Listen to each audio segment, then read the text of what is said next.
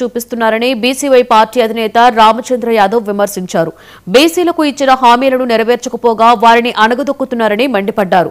వచ్చే స్థానిక సంస్థల ఎన్నికలలోపు బీసీలకు సమగ్ర కులగణన చేపట్టి 44% రిజర్వేషన్ కల్పించాలని డిమాండ్ చేశారు. అధికారాన్ని అడ్డుపెట్టుకుని అందరూ దోపిడీ చేస్తున్నారంటున్న రామచంద్ర యాదవ్తో మా AP special correspondent GV Sambasivarao face to face.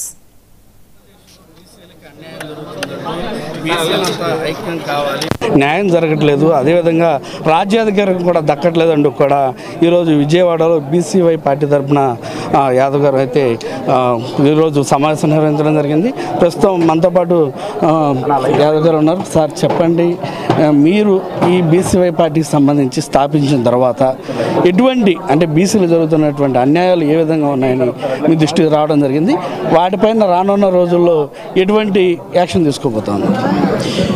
భారత చైతన్య యువజన పార్టీ ఆవిర్భావం రోజు నుండి ఈ రోజు వరకు ఈ రాష్ట్రంలో ఈ రెండు ప్రధాన పార్టీలు, ఈ ఇద్దరు నాయకులు, ఈ కుటుంబాలు చేస్తున్న దోపిడీ పైన, అరాచకాల పైన ప్రతి చోట పోరాటం చేస్తూనే వస్తున్నాము.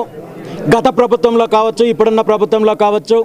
అందులో భాగంగానే ఈరోజు విజయవాడలో బీసీలకు సంబంధించిన ప్రధాన అంశాలపైన రాష్ట్రంలో ఉన్న అన్ని వర్గాల బీసీ నాయకులను ఆహ్వానించి చర్చా కార్యక్రమం ఏర్పాటు చేయడం జరిగింది. ఈ చర్చా కార్యక్రమంలో ప్రధానంగా ఆంధ్రప్రదేశ్ రాష్ట్ర రాజధాని అమరావతిలో బీసీల యొక్క పాత్ర, బీసీల యొక్క హక్కులు, అదేవిధంగా బీసీ కులాలకు కనీసం 1000 ఎకరాలు కేటాయించాలి అనే అంశంపైన, దాంతోపాటు చంద్రబాబు నాయుడు గారు గతంలో అధికారంలోకి రావడానికి ఇచ్చిన ప్రధాన హామీల్లో ఒకటైన బీసీలకు రక్షణ చట్టం అమలు చేస్తామని చెప్పి హామీ ఇచ్చి అధికారంలోకి వచ్చిన తర్వాత వంచిన అంశంపైన, దాంతోపాటు రాబోయే రోజుల్లో జరగబోయే స్థానిక సంస్థల ఎన్నికల కంటే ముందు కూడా ఈ రాష్ట్రంలో సమగ్ర కులగణన చేపట్టి దాని ఆధారంగా బీసీలకు కనీసం 44% రిజర్వేషన్లు అమలు చేసిన తర్వాత మాత్రమే స్థానిక సంస్థల ఎన్నికలకు వెళ్ళాలని చెప్పి ఈరోజు బీసీవై పార్టీ తరపున ప్రభుత్వానికి, చంద్రబాబు నాయుడు గారికి అల్టిమేటం ఇస్తున్నాము. ఇందులో భాగంగా ఈ రాష్ట్రంలో ఉన్న బీసీలందరిలో కూడా చైతన్యం తీసుకొని వచ్చి ఏకం చేసి ఈ ఉద్యమాన్ని కొనసాగింపులో భాగంగా వచ్చే సంవత్సరం ఫిబ్రవరి 22వ తేదీన రాజధాని ప్రాంతంలో లక్షలాది మంది సమక్షంలో ఈ డిమాండ్లను నెరవేర్చడానికి, ఉద్యమానికి ప్రారంభించడానికి భారీ బహిరంగ సభ ఏర్పాటు చేస్తున్నామని చెప్పి ప్రకటించడం జరిగింది. దీనికి సంబంధించిన పూర్తి విషయాలు కూడా తొందరలో తెలియజేస్తామని చెప్పి సందర్భంగా తెలియజేస్తున్నాను. అంటే అధికారంలో బీసీలకు అధికారం దక్కలేదని ఒక పక్క వాదిస్తూ ఉన్నారు. అదేవిధంగా ఓసీలో కూడా ఉన్నటువంటి వారికి చాలామందికి అధికారం దక్కనటువంటి అందన ద్రాక్షలో ఉన్నటువంటి పరిస్థితి. మీ పార్టీలో, బీసీవై పార్టీలో అటువంటి వారికి కూడా స్థానం కల్పించి వాళ్ళను కూడా ముందుకు తీసుకెళ్లే అవకాశం ఉన్నదా? వారికి కూడా ఆ ఫలాలు అందే విధంగా చూసే అవకాశం ఉందా? ఖచ్చితంగా ఈ రాష్ట్రంలో గత దశాబ్దాల కాలం నుండి ఈ రెండు పార్టీలు, ఈ రెండు కుటుంబాల వల్ల నష్టపోతున్న అన్ని వర్గాలను, ద్రోహానికి గురవుతున్న అన్ని వర్గాలను, అన్యాయానికి గురవుతున్న అన్ని వర్గాలను ఏకం చేసి కలుపుకొని రాబోయే రోజుల్లో ఒక ప్రత్యామ్నాయ రాజకీయ శక్తిగా బీసీవై పార్టీ ప్రజల్లోకి వెళ్తుందని చెప్పి, ఈ రెండు పార్టీల యొక్క దోపిడీని అంతం పలికేంత వరకు బీసీవై పార్టీ కృషి చేస్తుందని చెప్పి, దానికి అన్ని వర్గాలను ఏకం చేసే బాధ్యత కూడా బీసీవై పార్టీ తీసుకుంటుందని చెప్పి ఈ సందర్భంగా తెలియజేస్తున్నాను. కలియుగ ప్రత్యక్ష దైవం, ఎవరైతే హిందువుల ఆరాధ్య దైవంగా భారతదేశంలో పూజించేటటువంటి తిరుమలలో అనేక రకాలైనటువంటి అపచారాలు జరుగుతున్నాయి. ప్రసాదం కావచ్చు, పైన కప్పే శాల్వాలు కావచ్చు, అదేవిధంగా ఇప్పుడు చూస్తే పరకామంలో దొంగతనాలు కావచ్చు. వీటన్నిటిని అసలు మీ పార్టీ ఏ విధంగా స్టాండ్ తీసుకోబోతా ఉంది? వాటిపైన ఎటువంటి చర్యలు తీసుకోవాలని ప్రభుత్వాన్ని డిమాండ్ చేయబోతా ఉన్నారు? వినాశకాలే విపరీత బుద్ధికి కారణమనేసి ఒక సామెత చెప్తారు.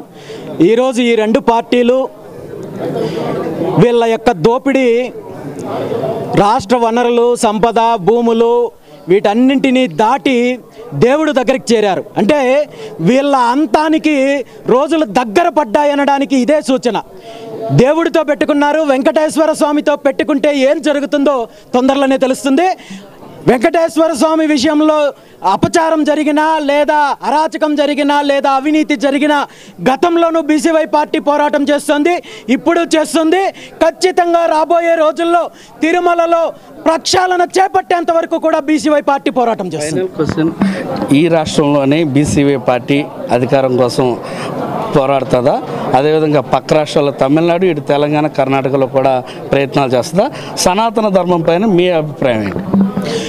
ప్రస్తుతానికైతే బీసీవై పార్టీ రెండు తెలుగు రాష్ట్రాల్లో కూడా అన్ని వర్గాలకు దగ్గరయ్యే ప్రయత్నం చేస్తోంది. పార్టీని పూర్తి స్థాయిలో బలోపేతం చేసే కార్యక్రమాల్లో మొదలు పెట్టబోతున్నాము. ఖచ్చితంగా ఆంధ్రప్రదేశ్, తెలంగాణ రాష్ట్రంలో బీసీవై పార్టీ ఒక ప్రత్యామ్నాయ రాజకీయ శక్తిగా ఎదుగుతుంది, ప్రజల తరపున నిలబడుతుంది, ప్రజల తరపున పోరాడుతుంది, ప్రభుత్వాలు చేసే ప్రజా వ్యతిరేక విధానాలపైన పోరాటం చేస్తుంది. ఖచ్చితంగా రెండు తెలుగు రాష్ట్రాల్లో ఒక ప్రత్యామ్నాయ రాజకీయం దిశగా, ప్రత్యామ్నాయ అధికారం దిశగా బీసీవై పార్టీ ప్రయాణం కొనసాగుతుందని చెప్పి ఈ సందర్భంగా తెలియజేస్తూ, సనాతన ధర్మానికి సంబంధించి, హైందవ ధర్మానికి గురించి ఎక్కడ అన్యాయం జరిగినా, ఎక్కడ దీనిపైన దాడి జరిగినా, దేవాలయాలపైన దాడి జరిగినా, లేదా హిందువుల పండుగలలో కానీ మరొక రకంగా అపచారాలు జరిగినా గతంలో అయినా బీసీవై పార్టీ పోరాటం చేసింది, ఇప్పుడు చేస్తుంది, రాబోయే రోజుల్లో కూడా చేస్తుంది.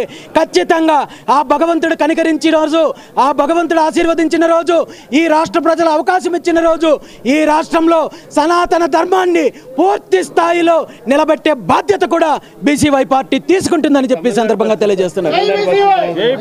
రాబోయే రోజుల్లో జరిగే పరిణామాలు ఇప్పటికీ అయితే నేను చెప్పలేను. ఖచ్చితంగా రాబోయే రోజుల్లో ఏదైనా జరగచ్చు. మనం చూస్తూ ఉన్నాం, ఏదైతే ఈ సనాతన ధర్మానికి కావచ్చు, అటు బీసీలకు జరుగుతున్న అన్యాయాల పట్ల కావచ్చు, ఇతర అంశాలపైన పూర్తిగా ఏదైతే రానున్నటువంటి రోజుల్లో ప్రజల్లోకి వెళ్ళి ప్రజల నుంచి ప్రత్యేకమైనటువంటి ఆశీస్సులు తీసుకుని ప్రజల్లో ఎన్నికల్లో పోటీ చేస్తాం. అదేవిధంగా ప్రజలకి ఏది బీసీల్లో ఉన్నారో బీసీలందరికీ కూడా 44% రిజర్వేషన్ కంపల్సరీగా అమలు చేయాలని, సనాతన ధర్మాంధులకి ఎవరైనా వస్తే కనుక వారందరినీ కూడా ఎదిరించి నిలబడడానికి తాను ఎప్పుడు కూడా సిద్ధంగా ఉన్నానని, మొత్తంగా అటు బీసీలతో పాటు అధికారం అందని వారికి అధికారంలోకి రావడానికి తమ పార్టీ